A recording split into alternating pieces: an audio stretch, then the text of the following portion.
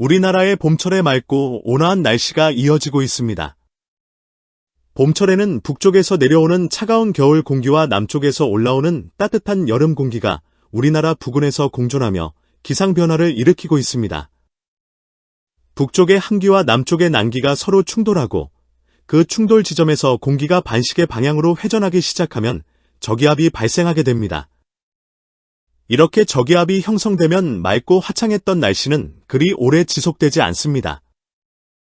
특히 이번 주에는 저기압이 자주 우리나라를 통과하면서 날씨가 급변할 것으로 보입니다.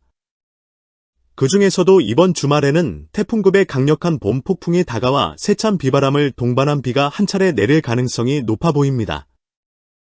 기상청의 특보 발효 현황을 확인해 보겠습니다. 오늘은 4월 8일 화요일 오전 6시를 기준으로 한 상황입니다. 대구와 울산을 포함한 동남권 일부 지역에 건조주의보가 발령되기 시작했습니다.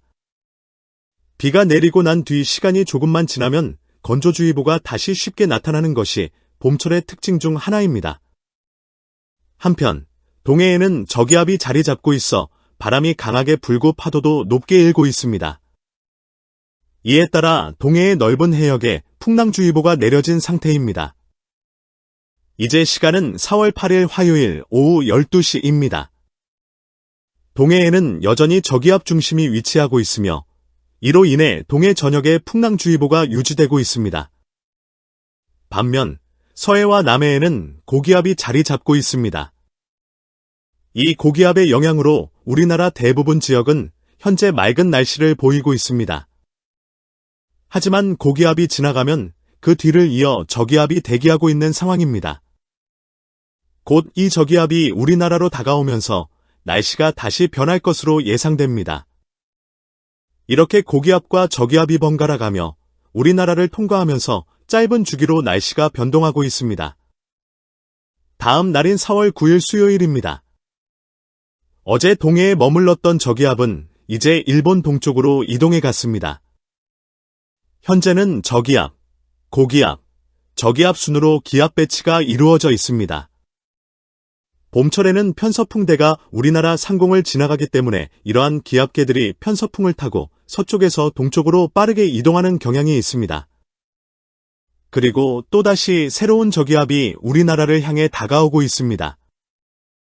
이번 주는 저기압이 자주 등장하는 한 주가 될 것으로 보이며 저기압이 우리나라 부근을 지나갈 때마다 한 차례씩 비를 뿌리고 갈 가능성이 높습니다. 봄철에는 고기압과 저기압이 교대로 통과하면서 맑은 날과 흐리거나 비가 오는 날이 번갈아 나타나는 것이 특징입니다. 4월 10일 목요일입니다.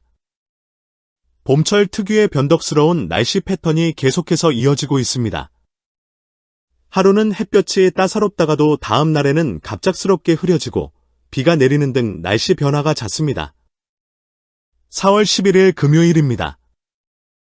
현재 일본 쪽으로 이동했던 저기압이 물러가고 이번에는 중국 동북부에서 또 다른 저기압이 다가오고 있습니다.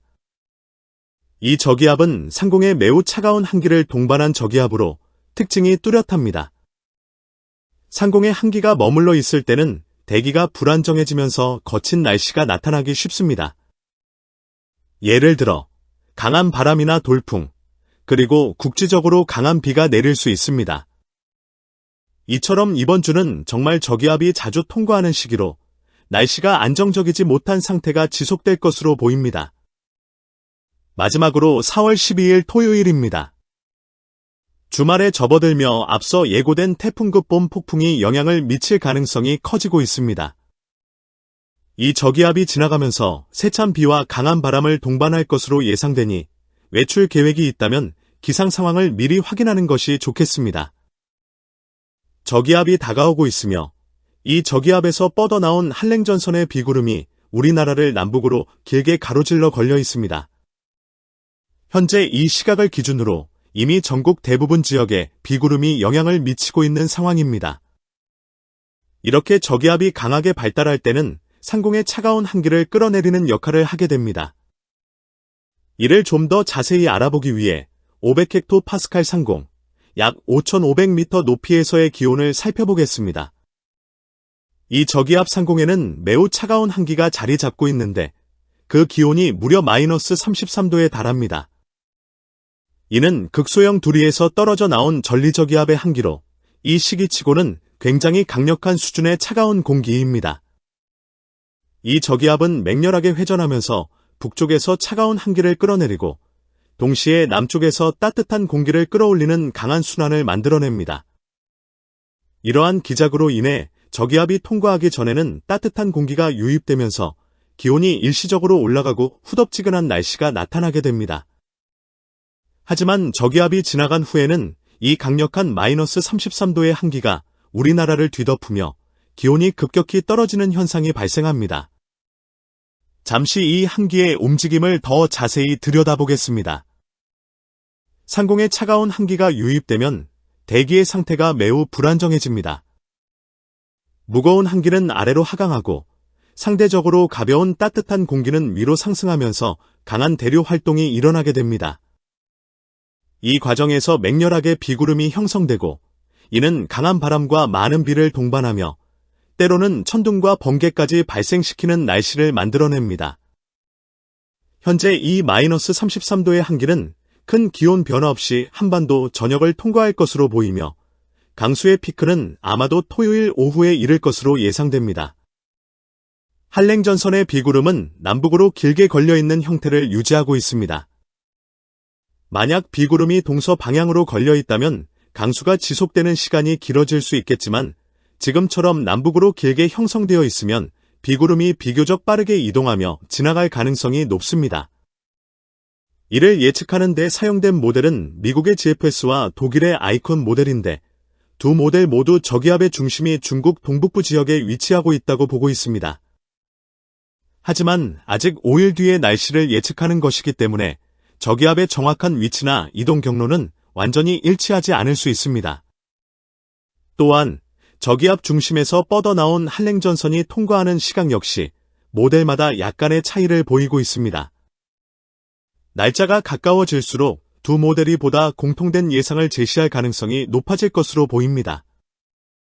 등압선 간격을 살펴보면 매우 좁게 형성되어 있어 강한 바람이 불 것임을 명확히 알 수 있습니다. 이 저기압은 그 자리에 머물며 거대한 공기 덩어리를 강하게 회전시키고 있는데 등압선의 모양이 거의 원형에 가까워 마치 태풍을 연상시키는 형태를 띠고 있습니다.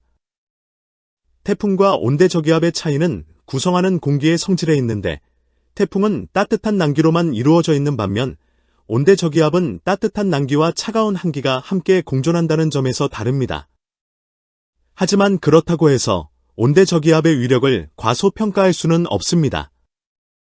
현재 이 저기압은 발달의 최전성기를 맞이하고 있으며 그 힘이 점점 더 강해지고 있는 단계입니다. 이제 바람의 상황을 좀 더 구체적으로 살펴보겠습니다. 등압선 간격이 매우 좁기 때문에 강한 바람이 불 것으로 예상됩니다. 이는 바다뿐만 아니라 육지에서도 마찬가지로 매우 강한 바람이 불 가능성을 시사합니다. 예를 들어 남부지방의 한 지점을 확인해보니 최대 풍속이 초속 23m로 측정되고 있습니다. 참고로 태풍의 기준은 최대 풍속이 초속 17.2m 이상인데 이 날씨는 태풍의 기준선을 훌쩍 넘는 강풍이 불 가능성이 높습니다. 이른바 봄의 폭풍이라 부를 만한 상황입니다. 지금 한창 만개한 벚꽃들은 이 강한 바람에 꽃잎이 모두 떨어져 나갈 가능성이 크고 벚꽃에게는 가혹한 시련의 바람이 될 것으로 보입니다. 이제 벚꽃의 아름다운 시즌이 끝나는 시점, 즉 벚꽃 엔딩이 그리 멀지 않은 것 같습니다.